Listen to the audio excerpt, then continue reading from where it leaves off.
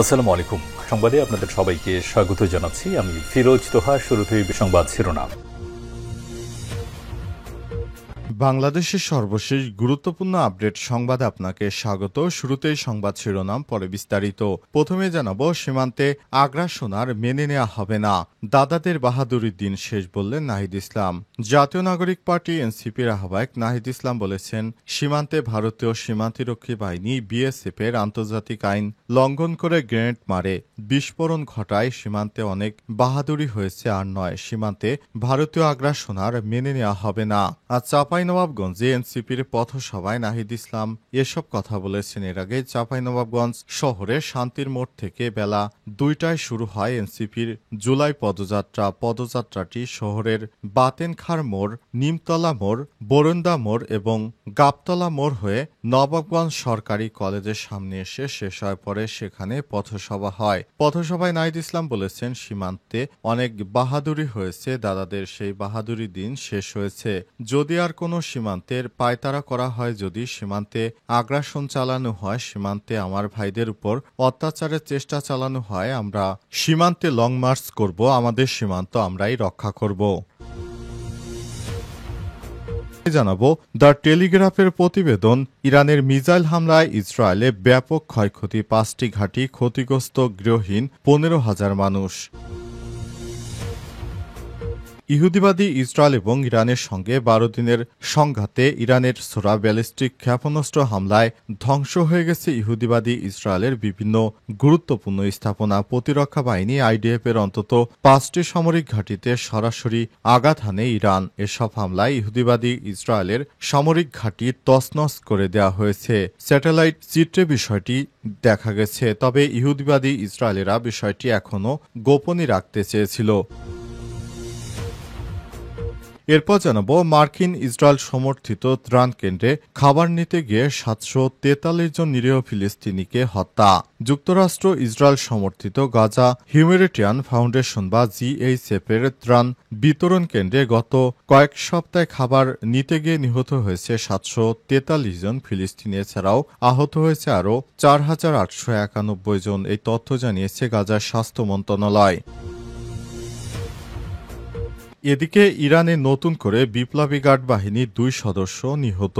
12 দিনের সংঘাতের সময় ইসরায়েলি বাহিনীর ফেলা অবিস্ফোরিত বোমা নিষ্ক্রিয় করতে গিয়ে ইরানের বিপ্লবী গার্ড বাহিনী আইআরজিসির 2 সদস্য নিহত হয়েছে। আজ দেশটির সংবাদ মাধ্যমের বরাতে এই তথ্য জানিয়েছে আল জাজিরা। এদিকে $1 ট্রিলিয়ন খনি তালেবানের হাতে, আফগানিস্তানের নতুন অস্ত্র। ক্ষমতা ফিরে পাবার পর খনিজ সম্পদের প্রতি নজর বাড়িয়েছে তালেবান সরকার। আন্তর্জাতিক রাজনৈতিক ও কূটনৈতিক দর কষাকষির উপায় হিসেবে ব্যবহার করে মূল্যবান খনিজের সংগ্রহকে। যুক্তরাষ্ট্রের ভূ রাজনৈতিক জরিপের তথ্য বলছে, সব খনিজ সম্পদের মূল্য $1 ট্রিলিয়ন। এই খনি এখন তালেবানের হাতে এসেছে। নতুন করে আফগানিস্তানের সব অস্ত্র সামনে এসেছে। যুক্তরাষ্ট্রের ভূ তাত্ত্বিক জরিপের তথ্য বলছে, সব খনিজ সম্পদের মূল্য $1 ট্রিলিয়ন বেশি। দেশটির 34টি প্রদেশে 1400-র বেশি মজুদ শনাক্ত হয়েছে, যেখানে শুধুমাত্র আকরিক লোহা মজুদ 2 বিলিয়ন মেট্রিক টন। লোগার প্রদেশে তামার মজুদ রয়েছে 1,20,00,000 টন, যার বাজার মূল্য $50 বিলিয়ন রয়েছে। লিথিয়াম ও 47টি তেলকূপের মজুদও। এসব অর্থ যদি আফগানিস্তান ব্যবহার করতে পারে, তাহলে সেটা আফগানিস্তানকে ধনী রাষ্ট্রে পরিণত করবে। সীমান্তে আগ্রাসন আর মেনে নেওয়া হবে না, দাদাদের বাহাদুরির দিন শেষ বললেন নাহিদ ইসলাম। জাতীয় নাগরিক পার্টি এনসিপির আহ্বায়ক নাহিদ ইসলাম বলেছেন, সীমান্তে ভারতীয় সীমান্তরক্ষী বাহিনী বিএসএফ এর আন্তর্জাতিক আইন লঙ্ঘন করে গ্রেনেড মারে, বিস্ফোরণ ঘটায়। সীমান্তে অনেক বাহাদুরি হয়েছে, আর নয়, সীমান্তে ভারতীয় আগ্রাসন আর মেনে নেওয়া হবে না।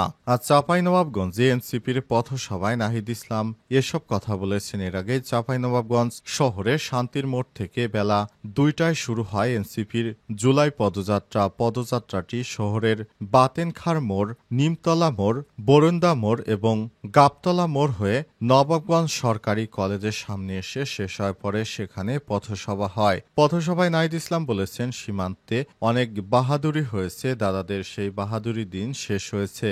যদি আর কোনো সীমান্তের পায়তারা করা হয়, যদি সীমান্তে আগ্রাসন চালানো হয়, সীমান্তে আমার ভাইদের উপর অত্যাচারের চেষ্টা চালানো হয়, আমরা সীমান্তে লং মার্চ করব, আমাদের সীমান্ত আমরাই রক্ষা করব।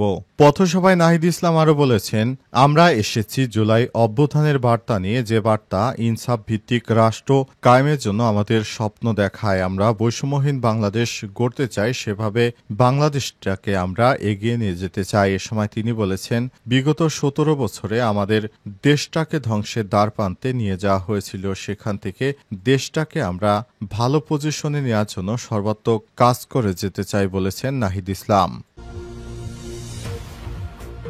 টেলিগ্রাফের প্রতিবেদন, ইরানের মিসাইলে ইসরায়েলে ব্যাপক ক্ষয়ক্ষতি, 5টি ঘাঁটি ক্ষতিগ্রস্ত এবং গৃহহীন 15,000 মানুষ।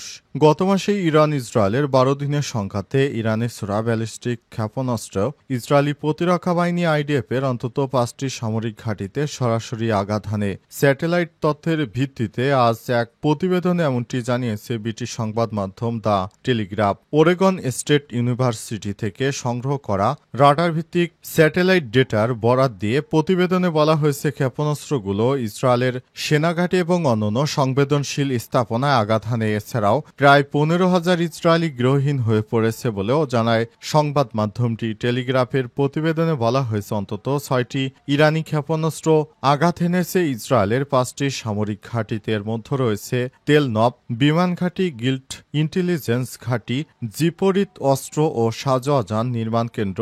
এছাড়া আরও 36টি ক্ষেপণাস্ত্র ইসরায়েলের অভ্যন্তরে বিভিন্ন জায়গায় আঘাত করে, যেগুলো ইসরায়েল ও যুক্তরাষ্ট্রের যৌথ প্রতিরক্ষা ব্যবস্থাকে ফাঁকি দিয়ে ঢুকে পড়ে। এই আক্রমণে 28 জন ইসরায়েলি নিহত হয়েছে এবং 2305টি বাড়ি ক্ষতিগ্রস্ত হয়েছে। এছাড়াও 2টি বিশ্ববিদ্যালয়, একটি হাসপাতাল ক্ষতিগ্রস্ত হয়েছে এবং 15,000-এর বেশি মানুষ গৃহহীন হয়ে পড়েছে। প্রতিবেদন অনুযায়ী ইরান সংঘাতকালীন সময় ইসরায়েলের উপর 500টিরও বেশি ব্যালিস্টিক মিসাইল ছোড়ে এবং প্রায় 1100টি ড্রোন হামলা চালায়। তবে ইসরায়েলের মিসাইল প্রতিরোধের হার ঠিক কী কারণে কমে এসেছিল তা স্পষ্ট নয় বলে জানিয়েছে সংবাদ মাধ্যমটি। ধারণা করা হয়, ইসরায়েলের কাছে ইন্টারসেপ্টর মিসাইল সংরক্ষণের কৌশল নেয় এবং কেবল প্রয়োজনের সময় তারা ব্যবহার করে, কারণ সব ইন্টারসেপ্টর ছিল অত্যাধিক ব্যয়বহুল। এর আগে টেলিগ্রাফের একটি প্রতিবেদনে বলা হয়েছে, ইরানের 5 শতাধিক ক্ষেপণাস্ত্রের 222টি ঠেকাতে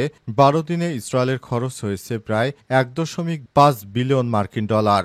দ্য টেলিগ্রাফের প্রতিবেদনে বলা হয়েছে, 19 জুন ইরান তাদের ক্ষেপণাস্ত্রে একটি ক্লাস্টার বোমা ওয়ারহেড ব্যবহার করে এটি প্রায় 8 কিলোমিটার এলাকার মধ্যে 20টি বিস্ফোরণ ঘটায়। এর মধ্যে আজর শহরে আঘাত হানে একটি, যার শব্দ ও ক্ষয়ক্ষতি ছিল ছোটখাটো রকেট বিস্ফোরণের মতো। মার্কিন ইসরায়েল সমর্থিত ত্রাণ কেন্দ্রে খাবার নিতে গিয়ে 443 জন ফিলিস্তিনি নিহত।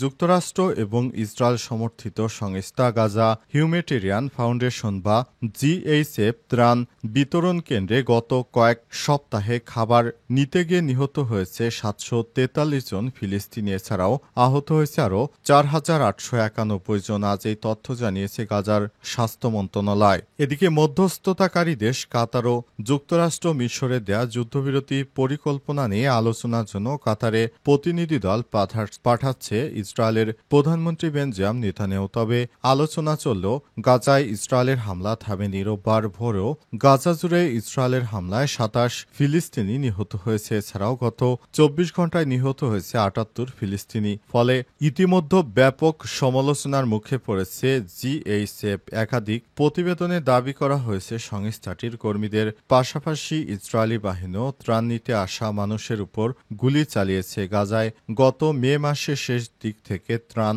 বিতরণ শুরু করে এই সংস্থা।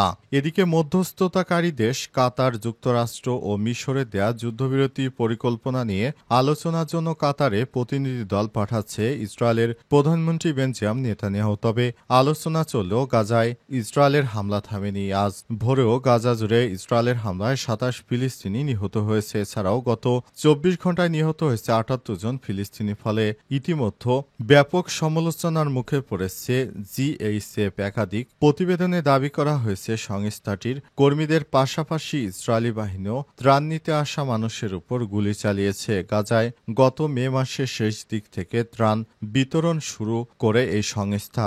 গাজা স্বাস্থ্য মন্ত্রণালয়ের সর্বশেষ বিবৃতির বিষয়ে আল জাজিরার সাংবাদিক হানি মাহমুদ মর্মান্তিক বিষয় হলেও তারা সবাই ত্রাণ নিতে ত্রাণ বিতরণ কেন্দ্রে গিয়েছিলেন এবং খাবারের প্যাকেটের জন্য অপেক্ষা করছিলেন। মানুষ অনাহারে দিন কাটাচ্ছে, হিসেব করে খাবার খাচ্ছে। অনেক পরিবারই খাবার খেতে পারছে না। অনেক মা নিজে না খেয়ে সন্তানদের মুখে খাবার তুলে দিচ্ছে। ইরানে নতুন করে বিপ্লবী গার্ড বাহিনীর 2 সদস্য নিহত। 12 দিনের সংঘাতের সময় ইসরায়েলি বাহিনীর ফেলা বিস্ফোরিত বোমা নিষ্ক্রিয় করতে গিয়ে ইরানের বিপ্লবী গার্ড বাহিনী আইআরজিসির 2 সদস্য নিহত হয়েছে। আজ দেশটির সংবাদ মাধ্যমের বরাতে এই তথ্য জানিয়েছে আল জাজিরা। ইরানের সংবাদ সংস্থা তাসনিমের প্রতিবেদনে বলা হয়েছে, গত মাসে ইসরায়েলি হামলার শিকার পশ্চিম ইরানের একটি এলাকায় বিস্ফোরক নিষ্ক্রিয় করতে গিয়ে নিহত হয়েছে আইআরজিসির 2 সদস্য। আইআরজিসির এক বিবৃতিতে জানানো হয়েছে, ইরানের খোরামাবাদে ইহুদিবাদী ইসরায়েলের আগ্রাসনের সময় ফেলা বিস্ফোরক কাজ সরানোর সময় গার্ড বাহিনীর 2 সদস্য নিহত হয়। এর আগে গত 13 জুন ইরানের সামরিক ও পারমাণবিক স্থাপনা, পরমাণু বিজ্ঞানী এবং সামরিক উদ্বোধন কর্মকর্তাদের লক্ষ্য করে নজিরবিহীন বিমান হামলা শুরু করে ইসরায়েলের পর পাল্টা ক্ষেপণাস্ত্র হামলা চালায় ইরানও। সর্বশেষ যুক্তরাষ্ট্র ইরানের 3টি পারমাণবিক স্থাপনা লক্ষ্য করে বিমান হামলা চালায়। পরে উভয় পক্ষের সম্মতিতে 12 দিনের সংঘাত থামে। এই সংঘাতে ইরানের বেশ কিছু সামরিক কর্মকর্তা ও পারমাণবিক বিজ্ঞানী সহ 900 জনের বেশি মানুষ নিহত হয়েছে। অন্যদিকে 28 ইসরায়েলি নাগরিক নিহতের তথ্য জানায় জায়নবাদী দেশটির প্রশাসন। তবে তথ্য সংগ্রহ ও প্রচার নিষেধাজ্ঞা দেয় ইসরায়েলে হতাহতের সংখ্যা আরও বেশি বলে ধারণা করা হচ্ছে।